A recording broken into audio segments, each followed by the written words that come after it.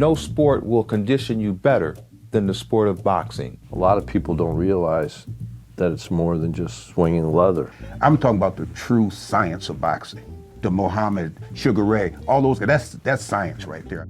Kalamazoo began to be known for its precise fighters. If you're gonna be a good fighter or a great fighter, I suggest you try to find the right trainer. We had like 4 or 5 trainers back then.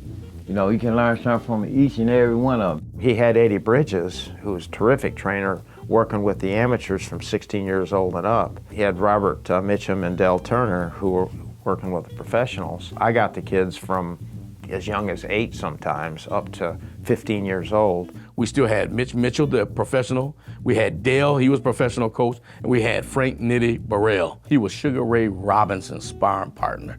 He was the junior welterweight champion of the world. He would stand me up to a pole, and I'd have to tap the pole, for that was my jab. Here was my hook.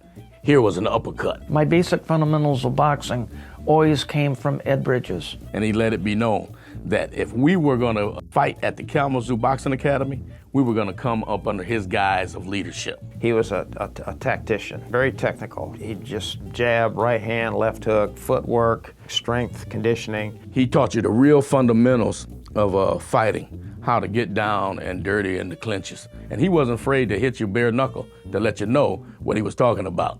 Elbows in, chin down. You run in place like this, then your chin starts going up. Get that chin down. Whoop, whoop. Eddie encouraged me to go out and pick apples with him because he said picking apples was good eye-hand coordination. Before I started boxing, I had to run. Start off with a mile, get up to 2, run hard to get your wind up. Go in and spar two rounds. You'll be winded. You probably won't make 2 rounds. And we would run down the Woodward Street to the Versailles Park, and we would run around that park. One of the trainers, like Mitch Mitchell, he'd be driving along in a car, and he would be passing out hand weights to you. And you know, you had to run with the hand weights. For wrist, we had a wrist roller. You put a 25-pound dumbbell on it and turn it like this for your wrist. Strengthen your neck to take punches. He teach you, do your neck like this. I used to sit around in the living room watching TV, strengthening my neck up doing that stuff. Eddie Bridges, he always taught me keep your hands up and bob and weave because, you know, you're short.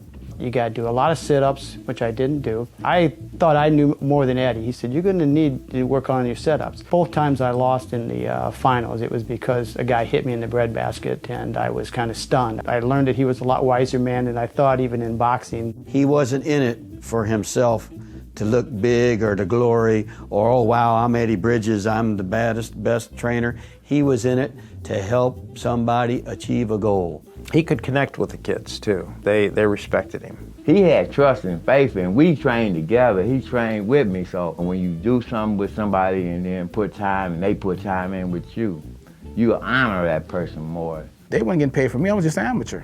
And it was just the fact they loved it, they showed me, like they knew I was gonna blossom to be something. I felt loved.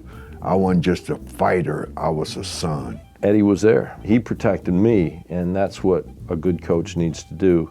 Not throw you into something you're not ready for. I don't remember him ever letting anybody fight unless they were in shape. Mr. Bridges had more respect walking into the Golden Gloves arena, into a high school where our matches would be, than any other coach that I've ever seen in the state of Michigan besides Emmanuel Stewart. When Bridges came, they knew that he was bringing a boxing team. I wouldn't be who I am today if it wasn't for Eddie. You're only as good as you train to be. Boxing really taught me how to be a man. It proves to you that you can do anything.